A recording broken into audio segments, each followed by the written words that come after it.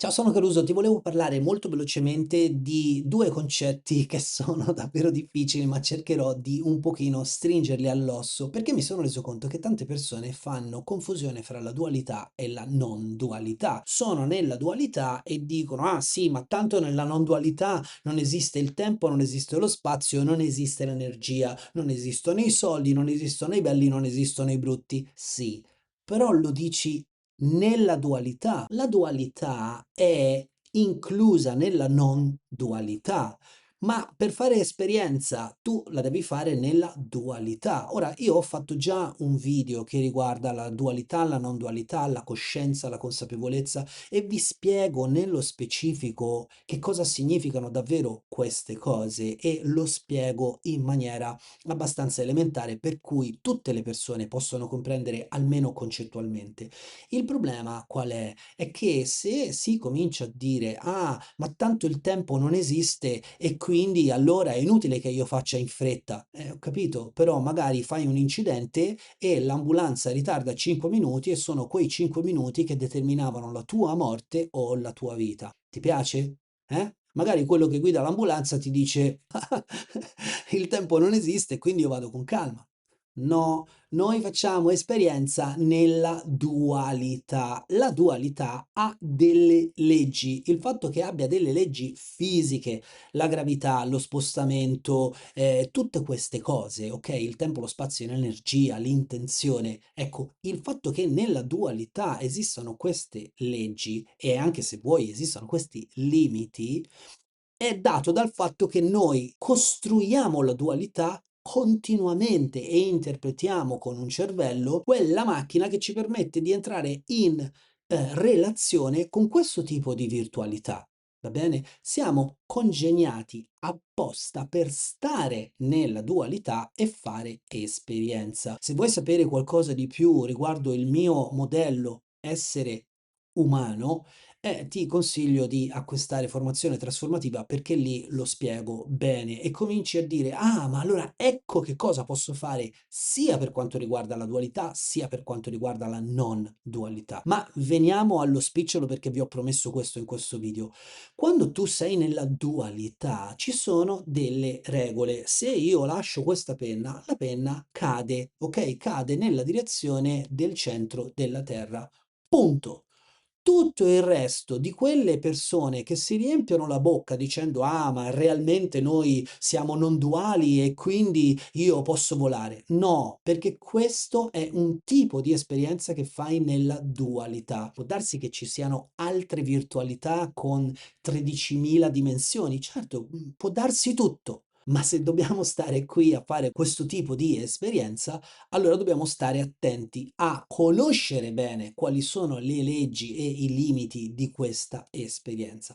Molti dicono: "Ma l'esperienza dovrebbe essere illimitata". Se non ci fossero limiti, non ci sarebbe l'esperienza. Nello stesso modo, se non ci fossero i limiti, non ci potrebbe essere la scienza, o meglio, dovremmo chiamarlo il metodo scientifico, perché la scienza di per sé non significa niente. Si parla di metodo scientifico. Allora, il metodo scientifico è un qualcosa che determina un binario, determina un isolamento e allora io prendo questa penna e cerco di comprenderla. Come la comprendo questa penna? La comprendo attraverso l'isolamento della penna rispetto al resto dell'ambiente circostante. Ma se questa penna io qui la metto nel sole, questa penna diventa liquefatta. Se io questa penna la metto a meno 273 Kelvin, questa penna come io la tocco si sbriciola, quindi questa penna deve essere contestualizzata e allora anche il metodo scientifico ha bisogno di limiti, cioè ha bisogno di un contesto. Il metodo scientifico usualmente crea un contesto isolato per conoscere questa penna in maniera isolata. Quante volte sentiamo dire: "Ah, questo oggetto ha, questa temperatura, ha questa pressione sul livello del mare, con queste caratteristiche si comporta in questo modo". Son tutti se che delineano e definiscono un qualcosa. Perché? Perché vogliamo comprendere quell'oggetto per poi rimetterlo all'interno del sistema. In funzione di tutte queste relazioni che noi abbiamo tra esperienze, percezioni, interpretazione, la mente e quant'altro, possiamo fare un'esperienza di vita. Perché lo metto fra virgolette? Perché anche quella parola lì viene confusa con la parola esistenza, che è tutta un'altra cosa. Tu muori, ma muori come cappottino, come corpo, e quella roba lì finisce la vita, ma non finisci tu come esistenza, perché tu comunque sei. Se invece ti identifichi nel cappottino, allora non hai capito che non sei il cappottino e quindi sei cascato nella trappola della Matrix, cioè non conosci bene le regole di questo sistema che noi chiamiamo vita, che noi chiamiamo realtà virtuale.